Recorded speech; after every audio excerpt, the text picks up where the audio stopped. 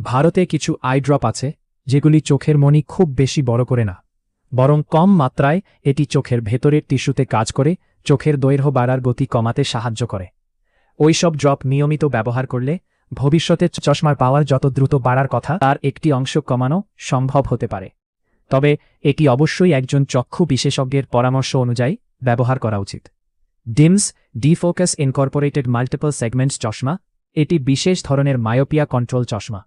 চশমার মাঝের অংশ সাধারণ চশমার মতোই পরিষ্কার দেখায়, কিন্তু চারপাশে বিশেষ ধরনের অপটিক্যাল সেগমেন্ট থাকে যা রেটিনার পার্শ্ববর্তী অংশে আলোর ফোকাস পরিবর্তন করে। এর ফলে মস্তিষ্কে এমন সংকেত পায় যা চোখের অতিরিক্ত দৈর্ঘ্য বাড়ার প্রবণতা কমাতে সাহায্য করতে পারে।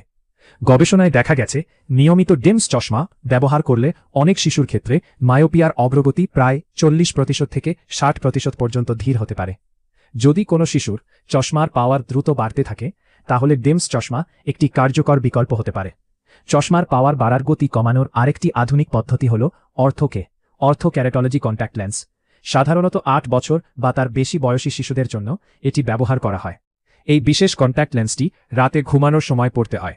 সকালে খুলে ফেললে অনেক শিশুই সারাদিন চশমা ছাড়াই পরিষ্কার দেখতে পারে। তবে এর সবচেয়ে গুরুত্বপূর্ণ সুবিধা শুধু সাময়িকভাবে চশমা ছাড়া দেখা নয়। বিভিন্ন গবেষণায় দেখা গেছে অর্থোকে লেন্স চোখের লেংথ বাড়ার গতিও কমাতে সহায়ক করে, ফলে ভবিষ্যতে মায়োপিয়ার অগ্রগতি ধীর হতে পারে। অনেক ক্লিনিক্যাল গবেষণায় এটিকে মায়োপিয়া নিয়ন্ত্রণের অন্যতম কার্যকর পদ্ধতি হিসেবে উল্লেখ করা হয়েছে। তবে এই লেন্স ব্যবহারের সময় পরিষ্কার পরিচ্ছন্নতা অত্যন্ত গুরুত্বপূর্ণ। সংক্রমণের ঝুঁকি এড়াতে লেন্সের সঠিক যত্ন নিতে হবে এবং নিয়মিত চক্ষু বিশেষজ্ঞের পরামর্শ নিতে হবে। মায়োপিয়া নিয়ন্ত্রণের আরেকটি উপায় হল ডুয়াল ফোকাস বা মাল্টিফোকাল কন্ট্যাক্ট লেন্স। এগুলো সাধারণ কন্ট্যাক্ট লেন্সের মতো দিনে পড়তে হয় এবং রাতে খুলে রাখতে হয়। গবেষণায় দেখা গেছে নিয়মিত 1 থেকে 3 বছর ব্যবহার করে এগুলো চোখের দৈর্ঘ্য বাড়ার গতি কমাতে সাহায্য করতে পারে। কার্যকারিতার দিক থেকে অনেক ক্ষেত্রে অর্থোকে লেন্স কিছুটা বেশি ফলপ্রসূ হলেও মাল্টিফোকাল কন্ট্যাক্ট লেন্স তুলনামূলকভাবে সহজে ব্যবহার করা যায় এবং অনেক ক্ষেত্রে খরচও কম হতে পারে। অনেক সময় একজন চক্ষু বিশেষজ্ঞ লো ডোজ অ্যাট্রোপিন আই ড্রপের সঙ্গে অর্থোকে লেন্স, ডিমস চশমা অথবা মাল্টিফোকাল কন্ট্যাক্ট লেন্স একসঙ্গে ব্যবহার করার পরামর্শ দেন। গবেষণায় দেখা গেছে যেসব শিশুর মায়োপিয়া দ্রুত বাড়ছে তাদের ক্ষেত্রে এই ধরনের কম্বিনেশন থেরাপি একক চিকিৎসার তুলনায় আরও ভালো ফল দিতে পারে। চীনের কিছু গবেষণায় রেড লাইট থেরাপি নিয়ে আশাব্যঞ্জক ফলাফল পাওয়া গেছে। এতে মায়োপিয়ার অগ্রগতি ধীর হতে পারে বলে ধারণা করা হচ্ছে। তবে এখনও এই চিকিৎসার দীর্ঘমেয়াদী নিরাপত্তা ও কার্যকারিতা নিয়ে যথেষ্ট বৈজ্ঞানিক প্রমাণ নেই, তাই এটি এখনও বিশ্বব্যাপী স্ট্যান্ডার্ড চিকিৎসা হিসেবে গ্রহণ করা হয়নি। একটি বিষয় পরিষ্কারভাবে মনে রাখতে হবে, এই চিকিৎসাগুলোর কোনোটি বর্তমান চশমার পাওয়ার কমিয়ে দেয় না। যদি চোখের দৈর্ঘ্য একবার বেড়ে যায় সেটিকে আবার ছোট করা সম্ভব নয়। চিকিৎসার উদ্দেশ্য হল ভবিষ্যতে চশমার পাওয়ার যত দ্রুত বাড়ার কথা সেই গতি কমিয়ে দেওয়া।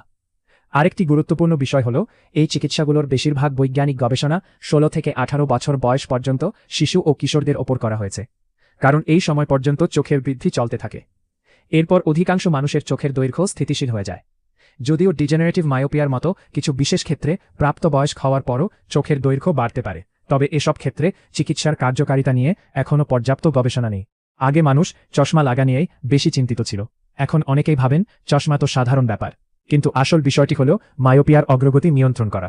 যদি মায়োপিয়া নিয়ন্ত্রণ করা না হয় তাহলে 40 থেকে 60 বছর বয়সে রেটিনা ও ম্যাকুলার গুরুতর রোগ হওয়ার ঝুঁকি অনেক বেড়ে যেতে পারে, যা স্থায়ীভাবে দৃষ্টিশক্তি নষ্ট করতে পারে। যদি আপনার সন্তানের বয়স 6 বছরের কম হয় এবং এখনও চশমা না লাগে তাহলে তাকে প্রতিদিন অন্তত 2 ঘন্টা প্রাকৃতিক আলোতে বাইরে খেলাধুলা করতে উৎসাহিত করুন। যদি ইতিমধ্যে চশমা লেগে থাকে তাহলে নিয়মিত একজন চক্ষু বিশেষজ্ঞের পরামর্শ নিন এবং প্রয়োজনে মায়োপিয়া কন্ট্রোল চিকিৎসা শুরু করুন।